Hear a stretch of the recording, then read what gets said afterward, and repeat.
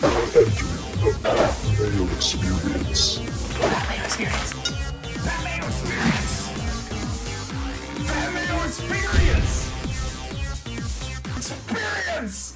Welcome to the Pat Mayo Experience, presented by Underdog Fantasy. Today we're digging into some of the sports betting legalization across North America, some of the holdups, when things might actually be legal in certain states, some of the issues that current legal states that are dealing with between the United States and Canada, state by state, province by province. Hopefully your province ends up coming up. However, if you're in Texas or California right now, I recommend that you use code MAYO at Underdog Fantasy because you will get a deposit bonus of up to $250 and you can be on your way. Get in the pick'em game with the PME on Underdog Fantasy, all right? From covers.com, someone who is on this beat all the time, whose work that I follow to keep up to date with a lot of this stuff because God knows there's a lot going on right now. Geoff Zochodne, what's going on, man?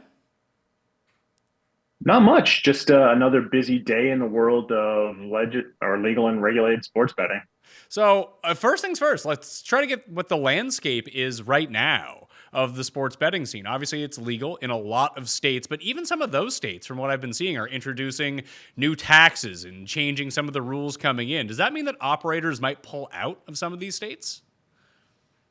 Well, that's sort of the implied threat that could happen, depending on some of the severity of these proposed tax rate increases. We're seeing in Illinois, for example, right now, the state Senate just over the weekend, they passed legislation that proposes to hike the tax rate, but it's on an escalating basis. So if you make less money, you face a lower tax rate, but it's still a higher tax rate than what the state offers right now. And so that the big operators in the Sports Betting Alliance, so that's your BetMGM, Fanatics, FanDuel, DraftKings, they're saying that this will make it'll force them to make some hard decisions and to take another look at their presence in the state. So you can kind of read between the lines there, and that suggests that they could potentially pull out. It remains to be seen if they will. It's a pretty big market for them. They might want to still remain there anyways, just because it's a good user base. But that is sort of what they're putting out there right now.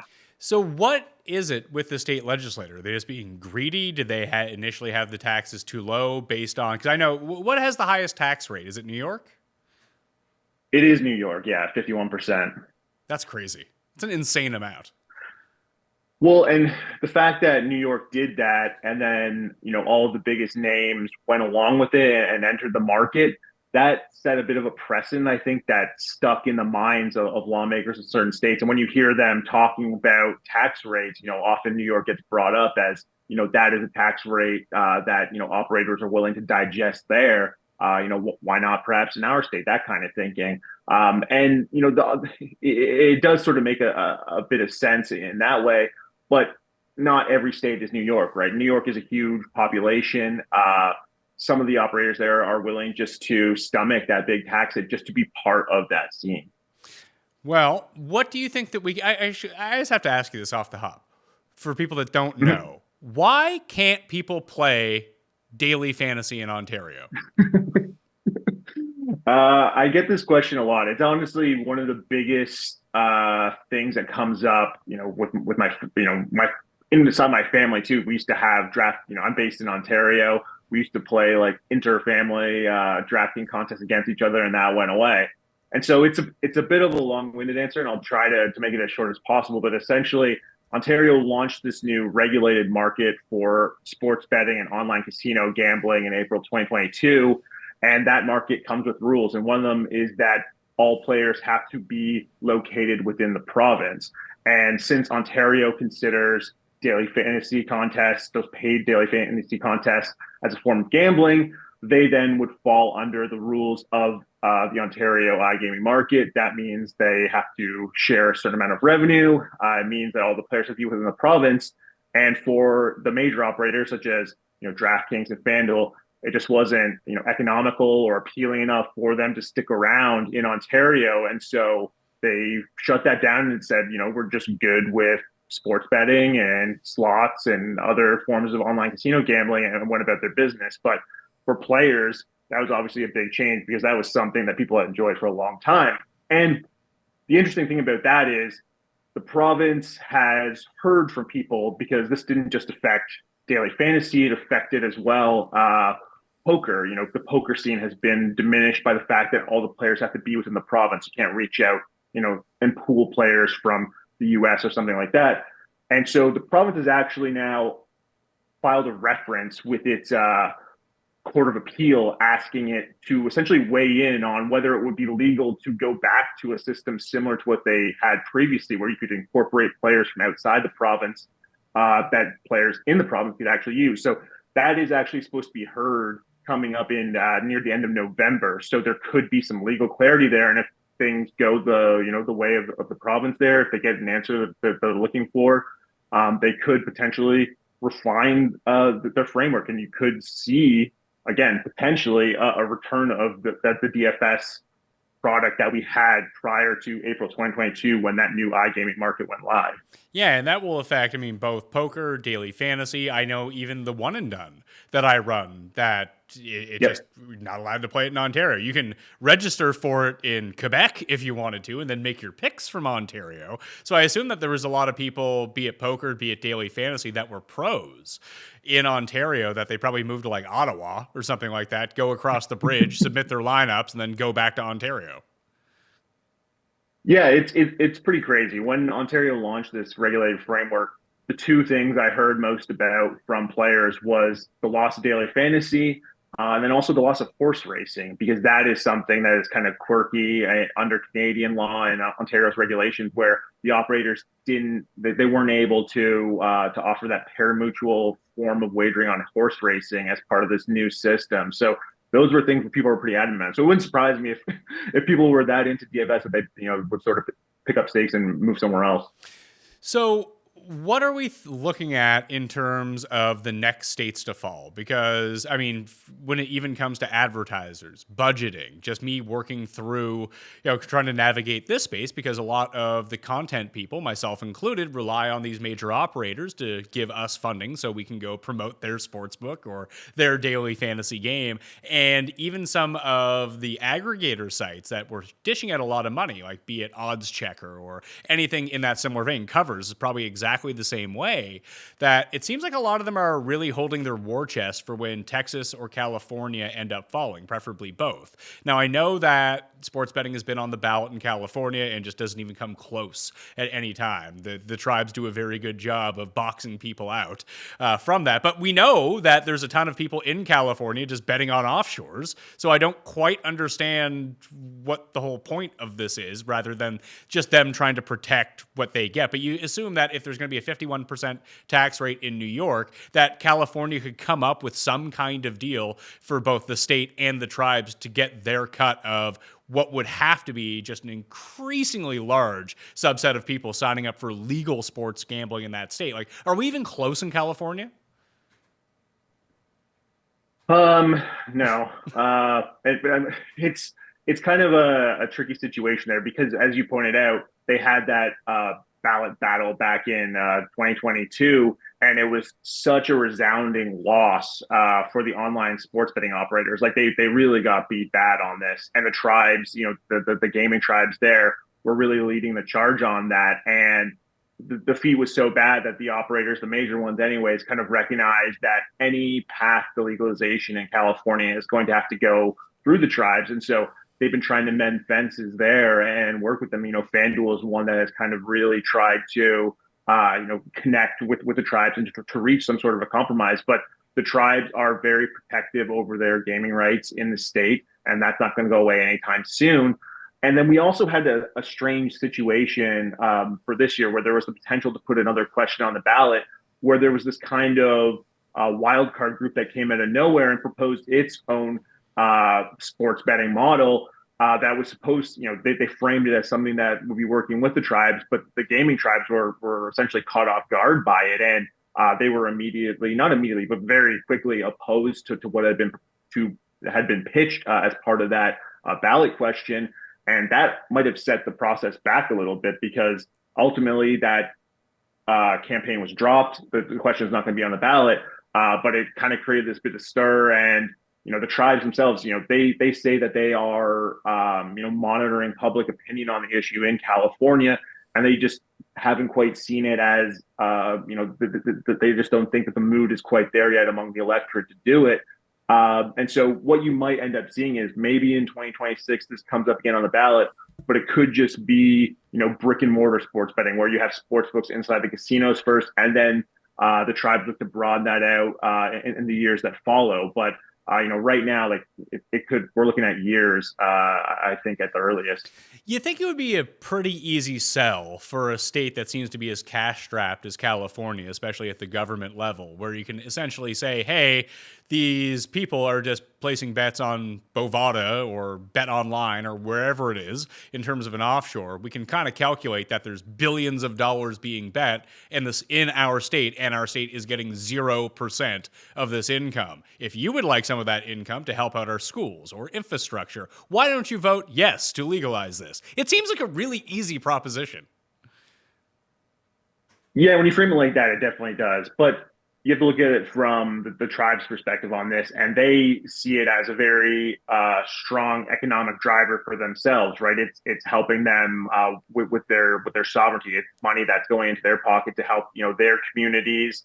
They can then turn around and invest in businesses throughout California that hire people who live in the state, that generates tax revenue for the state as well. So it's a very complicated situation. They're not so much complicated, but more you have these very entrenched stakeholders, and the tribes are a very powerful entity in the state, and they're listened to very closely by legislators. So much to the point that the legalized sports betting in California aren't really coming out of the legislature. It's coming from outside with these attempts to get a question on the ballot and take it right to the voters. How is it similar or dissimilar to what has happened in Florida? It's a bit, it's similar in that it involves tribes and tribal gaming rights, but the situation in Florida is there's essentially one tribe that the state deals with, and that's the Seminole tribe. And what happened in Florida is that the governor, Ron DeSantis, struck a deal with the Seminole tribe back in 2021, amending their gaming compact that lets them run, their brick and mortar casinos to include sports betting, and essentially granted the Seminole control over sports betting throughout the state. There were some provisions in there that they could partner with the pari-mutuel betting companies in Florida, could perhaps open some doors with other sportsbook operators at some point, but it would all have to run through the Seminole and their equipment and their technology. And that was passed by the state legislature in 2021, and it was pretty quickly challenged in the courts, and it was struck down initially in federal court in late 2021 which prompted a shutdown of Hard Rock, which that is the Seminoles brand. They own that. So the Hard Rock that was operating in Florida in that kind of short window in 2021, they had to shut down, and they had to wait for legal clarity, which they finally got last year on appeal, which allowed them to relaunch in the state.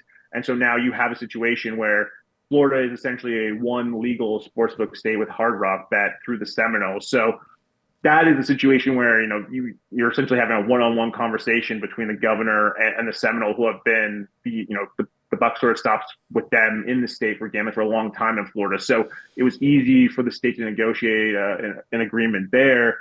Not so much easier when you have a lot more tribes like they do in California. You have a lot of different stakeholders that involve, and the Florida system is not technically out of the woods either. There's an attempt to try to get the Supreme Court to review the appeals court decision of that case. So all the paperwork's been filed there. We're waiting for a decision by the Supreme Court on it. So there could be some changes in Florida if the Supreme Court does decide to weigh in, although most of the time they don't.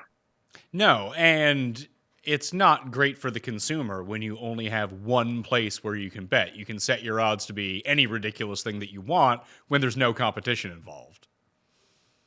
Yeah, absolutely. I mean, price shopping is a huge part of sports betting. I listen all the time when you have Rob Pizzola on. He talks about this, about how the importance of trying to nail down the right price for a bet and to be able to look around. So yeah, in Florida, you do have a situation where you have just one legal sports book. And so while that sports book might meet the needs of certain people, ultimately, if you don't like the line they're hanging on the Miami Dolphins game, you can't really go elsewhere unless you're, looking at offshore options, which the state obviously frowns upon. Let's talk Texas a little bit, because it doesn't sound very free if you can't sports bet in Texas. But what you can do in Texas is play Underdog Fantasy. Code Mayo for a deposit bonus of up to $250. Get on those fantasy pick'ems that you can do for each of the sports. But this one seemed like such a no-brainer to me, and I don't understand what the holdup is here. Well, in Texas, you have the politics are a bit different. It is a state that is a bit more socially conservative. You have a lieutenant governor there who is not a huge fan of expanding any gambling. And so that he's someone who has a lot of sway over the state Senate. So that really kind of put the brakes on time and time again, any effort to try to bring sports betting to the state. We did actually see a bit of progress the last time out, in 2023. Some bills actually got some, one bill at least got a committee hearing, and we heard some testimony on it, which is further than legislation made in the past. But that was ultimately it. And the other thing that complicates getting anything passed in Texas, whether it's a sports betting bill or any bill really, is that the legislature only sits for a limited time. It only sits down and tries to hammer out bills in odd numbered years, which this year is not. So it's just totally off the table for 2024.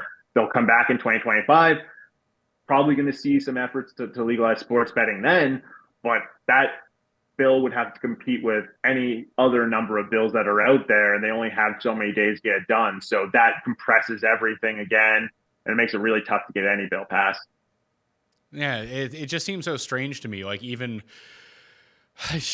just the amount of people there. So I guess this is why all these companies are kind of hoarding their money for the next advertising blitz, that if Texas can fall next year, spend all the money there and just pray for 2026 in California. Potentially. I mean, I think that the dream isn't quite dead in Texas. You saw recently Mark Cuban sell a stake of the Mavericks, a majority stake, I believe, to the family behind, the Las Vegas Sands company, casino operators. So they're obviously very interested in trying to bring some sort of, casino resort to Texas. Sports betting could potentially be a part of that, and they might be listened to more closely because they have that kind of economic presence in the state. And I know Mark Cuban too. He's someone who's voiced interest not so much just in one-off sports betting, but kind of creating like a casino resort destination in Texas, similar to some maybe you would see in like Vegas, that sort of thing. So could be listened to there. But yeah, there is a sense of the industry keeping their powder dry just in the event that you do have Texas or California go live, because that is one of the themes that they're trying to pitch to investors, of that, these bookmakers are trying to manage their costs appropriately. But if California were to legalize tomorrow, they'd be ready to break open their piggy banks and go huge there, because the amount of customers available to them would be just massive and so material for their business. North Carolina was one of the most recent states to launch. Underdog actually opened its first sportsbook in North Carolina. So the gaming presence in North Carolina is very competitive at the moment, which is very good for people in North Carolina. The more books you can have, the more options you have, the better bonuses you're going to get. More competition, especially in a regulated sports market, is always just going to be better for the consumer. So if that was the last one that fell, what are some ones that are coming up that might actually be able to pass this and we could see sports betting go live? It's been a pretty tough go this year for any new states to legalize. In 2023, we had Ohio launch right at the start of the year. Massachusetts came online later. Kentucky came online later in the year. 2024 has been a bit tough. It's been tough sledding. So we've seen failures in places, again, like Minnesota, obviously, not seeing any progress in California, that kind of thing. I think the one to keep an eye on that you could potentially see some movement is in Missouri. Missouri has kicked the tires a few times now, trying to legalize sports betting through the legislature, and it just hasn't gone anywhere because there's essentially one lawmaker that's kind of holding up the process, wanting to bundle in VLTs as part of any legalization, which just doesn't fly with the rest of the legislature there. But now you have a coalition of the pro sports teams in Missouri. So you have the Chiefs, Royals, they're all kind of banding together to try to put a question on the ballot this year that would legalize sports betting. So they have they haven't abandoned hope from the legislature, but they are saying if you guys aren't going to pass anything, we're going to try to take this directly to the voters. And we think, obviously, they think that their prospects are pretty good there because in Missouri, you're in this weird position where you have this long running rivalry with the state of Kansas, which legalized sports betting, but Missouri did not. And so you are in a situation where you got people drive over the Missouri Kansas border into Kansas in the place to bet, but you can't do the same in Missouri. So that kind of keeps the pressure on everyone there. And now these teams are going to try to capitalize on that.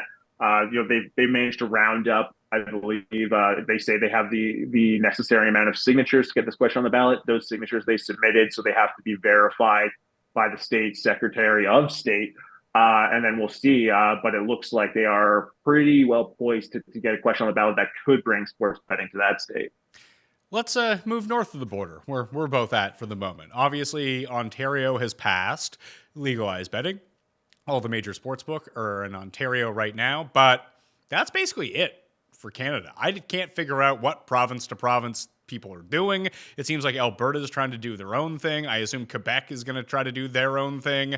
I'm out on the East Coast where it's just like, yeah, if it's regulated, don't use it. If it's unregulated, go nuts. Seems to be what's on the table out here, which really makes no sense from a governmental level because they're not collecting any taxes on this stuff. It's a lot like it is in California. Now, I just assume that the government out here is so incompetent, this isn't even on their radar to try to make money. But in some of the other provinces, what's been the holdup with this stuff? Is it that they want to own whatever sports book that there is to really get all the money from it? Because it seems like Ontario was like, hey, pay a fee, pay the taxes, and you're in. Yeah, I think it's a question more of political priorities that you have all these politicians and they're all trying to manage the agenda of the day, try to pass the policies that they think are going to resonate most with voters. And sports betting and online gambling just don't make the grade for some of them. So they fall down the list of priorities and they don't get moved. In Ontario, you had this long running effort. Ontario had said that they put it in the budget a few years ago saying, we're going to launch this competitive online gambling framework, and they just tucked it into this huge document, which was pretty surprising. And so once they put it out there, then they had to follow up on it. And so it took years of work, and they finally launched in April 2022. We are seeing something similar in Alberta right now. So Alberta had a mandate letter that was issued to one of one of the government ministers out there, tasking him with developing a new online gambling strategy for the province. And so we're seeing those pieces kind of come together slowly, but the sense is that Alberta is moving towards something at least closer to what Ontario offers, which is a more competitive market, because that province, like most other provinces in Canada, just have that government-owned entity that's offering legal online sports betting, and that's pretty much it. But they are, they have a conservative government. They are saying they're pro-business. They're looking to create more competition, and they just passed a bill recently that could potentially pave the way for a more Ontario-like system out there. Quebec is another one that the industry is really interested in, obviously because of their huge population there. It's not so much clear that they're getting the traction with the politicians in Quebec that's going to let them, create a more competitive framework. It's also kind of hard to nail down the political dynamics in Quebec at any given point. I don't speak French, much to my chagrin, because my wife's family, they all do, so they can be talking about me in the same room, and I have no idea what's going on. And that means that I have a hard time monitoring what's going on in Quebec, and I think some people in the Anglo press do as well. So there is an effort by the industry to try to get an Ontario-like system on the radar of Quebec politicians, but we've seen some pushback there, and there's no guarantee that they're going to do so. So they're not anywhere as far along as Alberta is, which is potentially you could see something 2025 there, some movement if all things go according to plan, or the industry's plan anyway. Do you think that if they do adopt Ontario's model, that daily fantasy becomes in danger in Alberta? It's a good question. I mean, if they do just implement what Ontario has done and say, you have to be in the province to play, that could deal a hit to the DFS scene out there.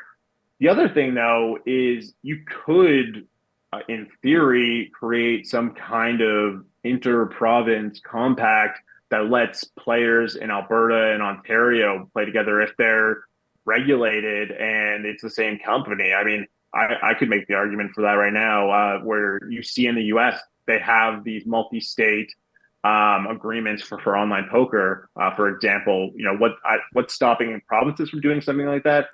Maybe it's just a matter of interest or political will. But if you're having one company operated very similarly or regulated very similarly in Ontario and Alberta, why not have them have the capability to pool players for DFS? So if that is that enough to move the needle for someone, like a bigger DFS operator to bring it to relaunch inside a regulated framework? I don't know. But so I'm just kind of thinking out loud here, but I could see the potential there.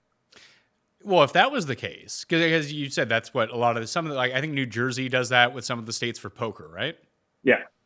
That if that was going to be the case, then why wouldn't Ontario just be like, hey, let's do that with everywhere where daily fantasy is legal and just return it to what it was? Right. And it could just be a moot point altogether, right? I mentioned earlier that Ontario is asking its Court of Appeal for legal clarity about what it can do with liquidity. And so if the court comes back and says, yeah, we don't see any issue here in having players from outside of the province put into, DFS contests in Ontario or poker games in Ontario, then that's that. And you could have operators just relaunch DFS in Ontario, and then in Alberta, they could just say, hey, Ontario got a good opinion here. We can do the same. I would guess that Quebec is going to be a little bit more difficult. A, just to track because of the language barrier, and B, because of the different type of law. Like they have the civil law versus the common law, which you see in the rest of North America. I don't know how much that would affect it. I barely understand the law to begin with, but having a different system of law, I would guess would complicate matters even more because you can't even look at a different place and copy and paste it. And I think this is a bit of a stereotypical view, but I think it's also a hard sell to go to Quebec and say, hey, you should do exactly what Ontario is doing. I don't know if that is a great way to get people in Quebec to sign on for something like that. So we'll have to see. I think, too, Quebec has Lotto Quebec. They have their own online sports betting game, Mise au Jeu, and the Lotto Quebec there has been very they pushed back very hard when this coalition of online game operators proposed something more like Ontario for them. Really pushed back hard. And in Ontario, you didn't have that. You had a political directive coming from the top where OLG, the lottery here, just sort of got on board with the plan to introduce a bunch of competitors to its business, and OLG, it might have done it some good actually. I've heard some OLG people just talking about how having the presence of all these new operators has forced them to sort of up their game and come up with a better product, and it might not be the product that everyone chooses or that they like the best, but it has kind of forced them to improve. And we haven't seen the same sort of situation in Quebec where the government's telling the provincial and lottery there to sort of get on board with any kind of reform. So they are trying to protect their business, and they're pushing back against any kind of effort to reform online gambling right now. Is there anything to some of the offshore sites having a presence in Quebec, like physically, where they set up operations that maybe they're the ones helping out the non-legalization? That, the unregulated situation there, like that is something that you're seeing a lot of Quebec push back against. There's this coalition that's pitching the plan to create like a competitive market, and there's some members there that don't sit right with Lotto Quebec because of their availability in the province, despite not being provincially regulated. So that is sort of fueling some of that opposition there, I think. How much of sports betting in general and this is something that was kind of explained to me 5-6 years ago when all of this started going into motion, that sports betting is essentially just a Trojan horse to get iGaming into every state.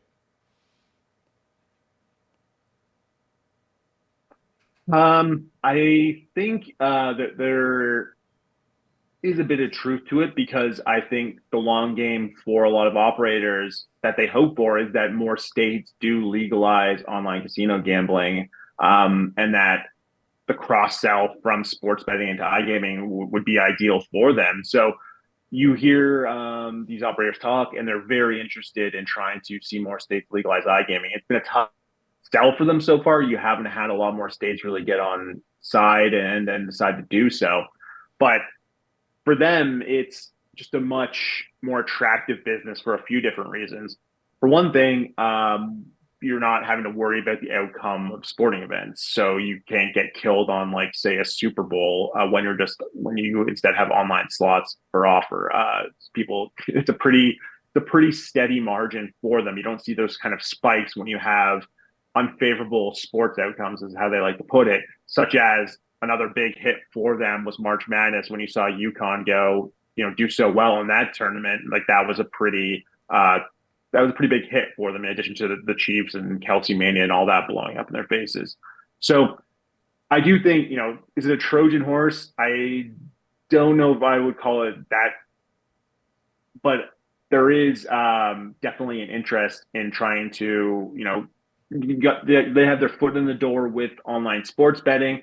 Then you can get the conversation going about iGaming. And in fact, in a state like New York, where we talked about earlier, where you have such a high tax rate, one pitch that was kind of floated to lawmakers there was, yeah, you don't have to necessarily touch the online sports betting tax rate, but just give us iGaming instead. Let us do online casino gambling, and then we'll just make the money there. And that hasn't totally won over everybody in New York that you need to win over to pass a bill like that.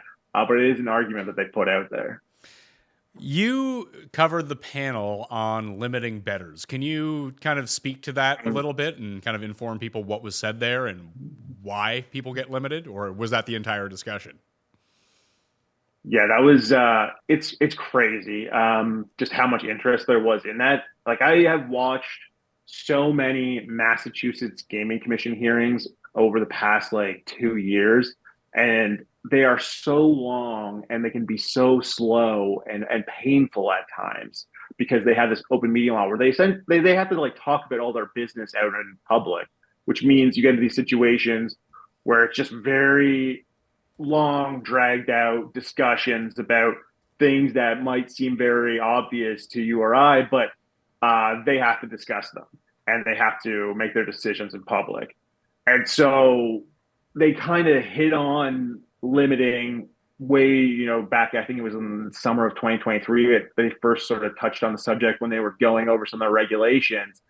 And then it came up again, and they announced that they were going to have this public meeting talking to sports wagering operators about their practices of limiting bettors.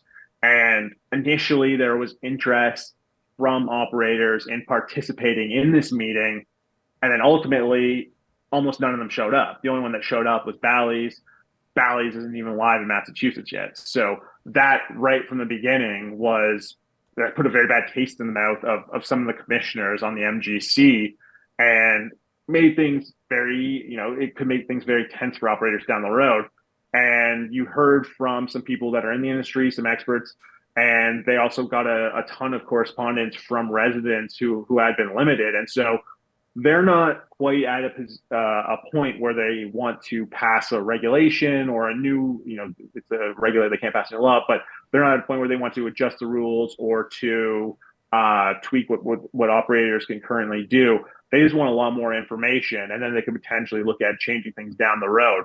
But this was I was so shocked that there was so much interest in these meetings, but that just really goes to show how contentious a subject it is within the sports betting community. You hear from people all the time saying, "Oh, I can't bet here." Well, why are you even telling me about what's going on at this operator? So Massachusetts is going to continue to kind of probe this subject, and ultimately they could make a change if they think it's necessary. But right now they're on this fact-finding mission, and they haven't gotten all the facts they wanted, which is something that could come back to bite operators if that's put the MGC in a bit of a fighting mood. What do you find are the most common things you hear from bettors about being limited? Obviously, why am I limited probably is the biggest question. And now, a lot of these people probably know why they are limited in some of these things, and there's probably automatic triggers of certain types of bets that you can make of why you would get limited, or if you just completely, just dominate that they don't want you as a customer anymore. You're winning too much. We understand all that, but would there kind of be a transparency issue that people do want? Like, hey, if you're going to limit me, fine, but I need to know why.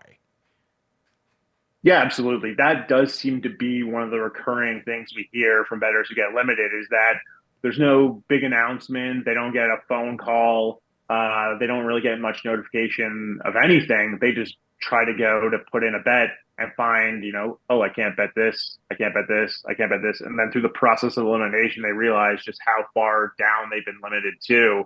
And then they get the message. So, yeah, I do think the transparency is a huge thing there, because if you're going to limit someone like that, being told exactly why seems like just common courtesy, but also it provides some rationale too for the regulators. That was one of the things at the MGC hearing, was that they were curious about the information that bettors were getting from the operators about why they would be limited. And they were told that most bettors don't necessarily get any kind of information.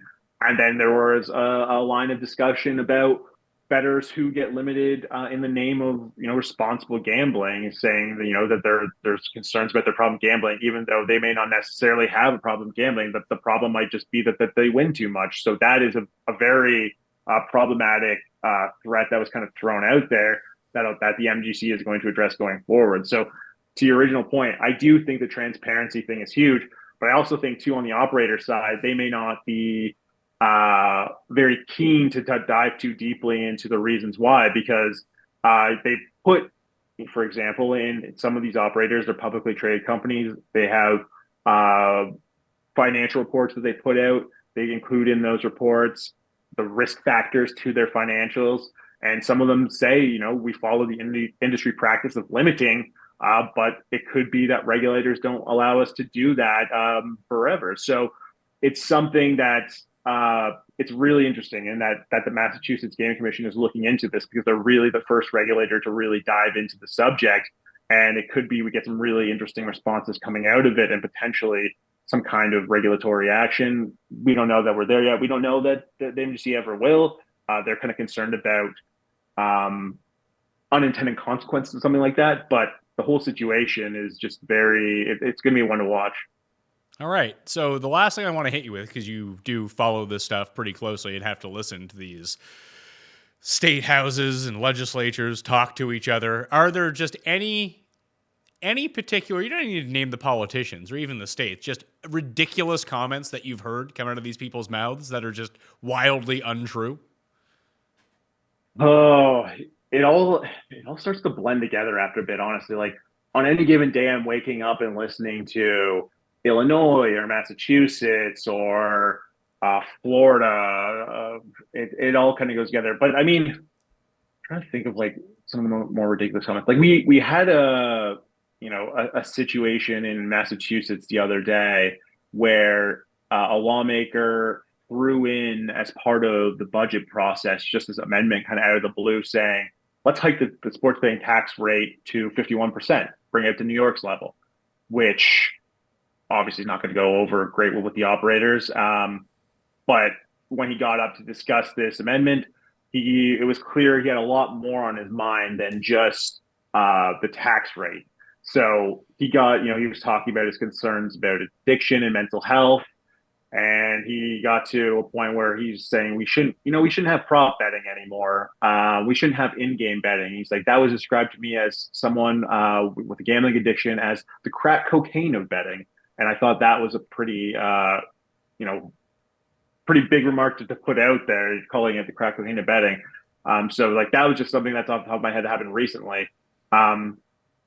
now that I kind of mention it too, but the prop betting issue is something that has come up a lot too in the state legislatures, where people, their lawmakers are starting to get very concerned given some of the gambling incidents we've had, where they're looking at that. But yeah, I mean, as for ridiculous remarks, yeah, there's been so many, and then they come up so frequently that it's like that's just the one I can remember most. Like I'd have to go back through my notes of years doing this to pull out some other ones. Yeah, it just the prop stuff is interesting because there are some states. Because I know that I believe it's in New York that like you can't play DFS on the UFL or in NCAA. Like, why are there certain carve outs in certain states for these sorts of things? Yeah, I mean, every state does sports betting their own way, right? They all pass their own bills and they all institute their own policies for how they want to be done, how they want to have it done. And so some states have said right from the outset, no betting on in-state colleges, for example. And then that's one rule in New York where, they don't allow for that sort of thing. And they don't allow for college player props. That was a decision by the regulator there as well. And it's more of just like on a state by state basis, people trying to make up their minds about that and try to put together a system that goes over well with residents there.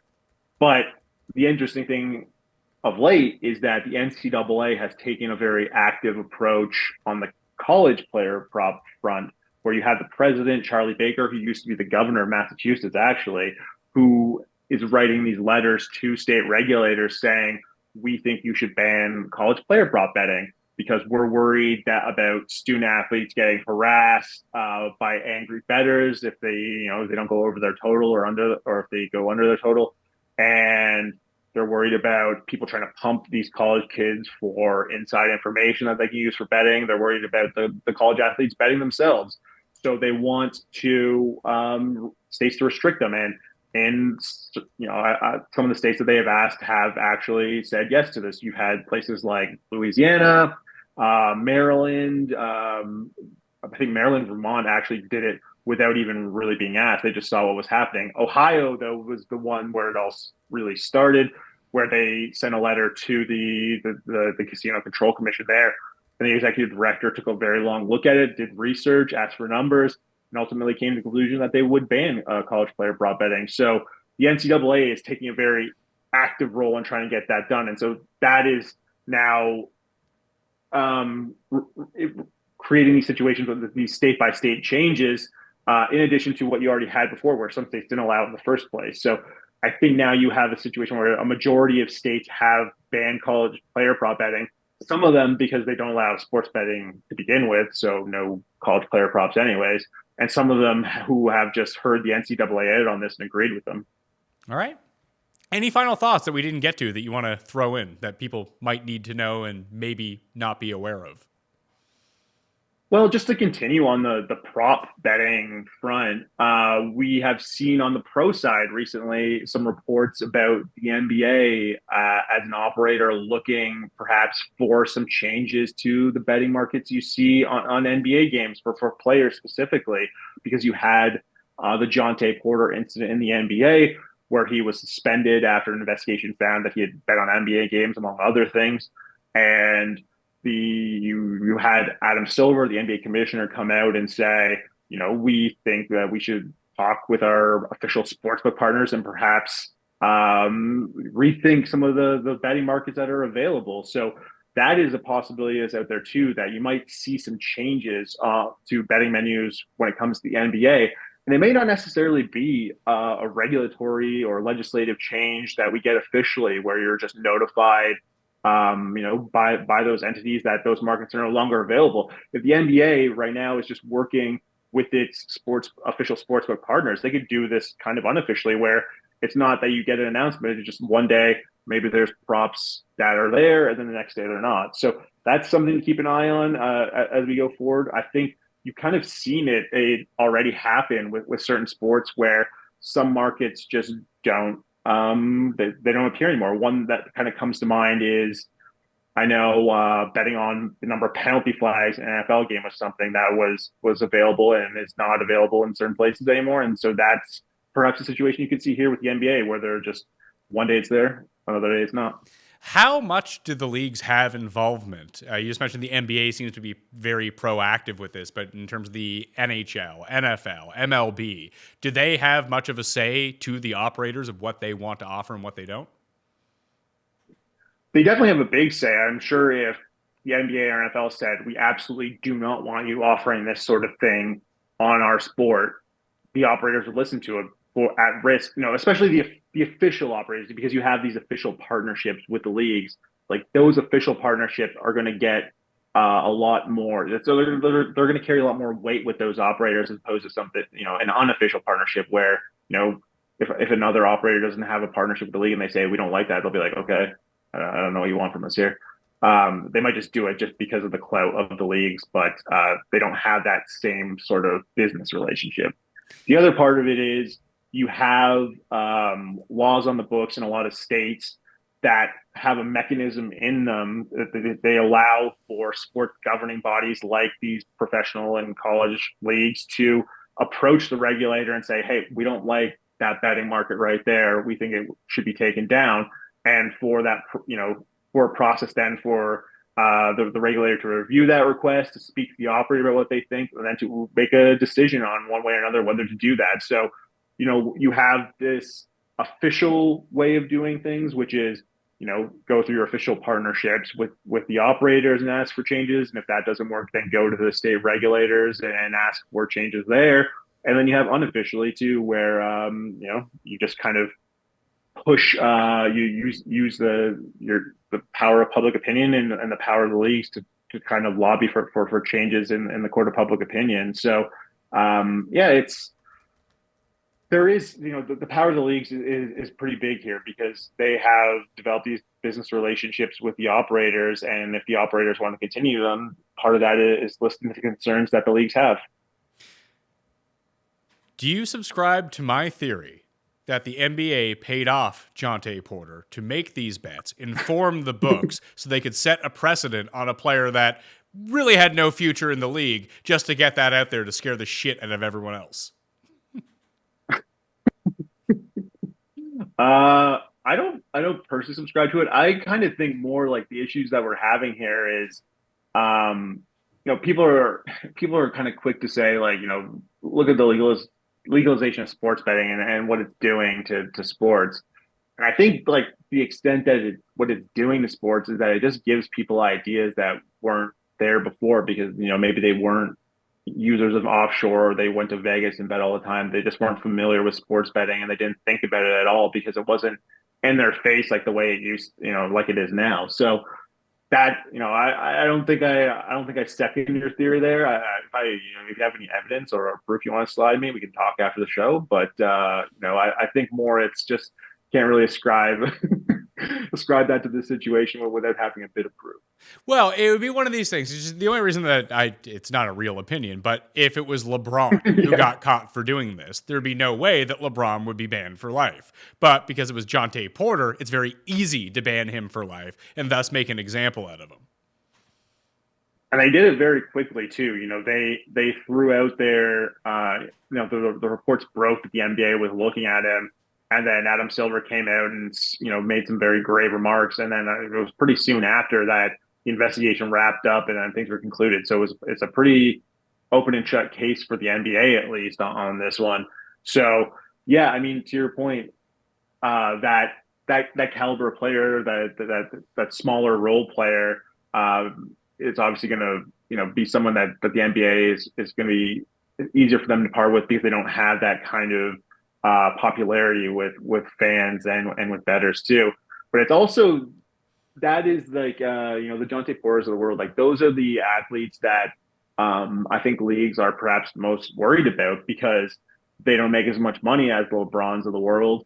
So the financial incentive for perhaps engaging in some shenanigans is there because they're looking to make up a bit more. And so especially too when you get into not even like the major leagues, like when you get down to like smaller sports as well, like that's where you can see some of the bigger issues happen when it comes to match fixing and integrity issues. So your theory and to take your point, but it's that kind of player that I think that the NBAs and the smaller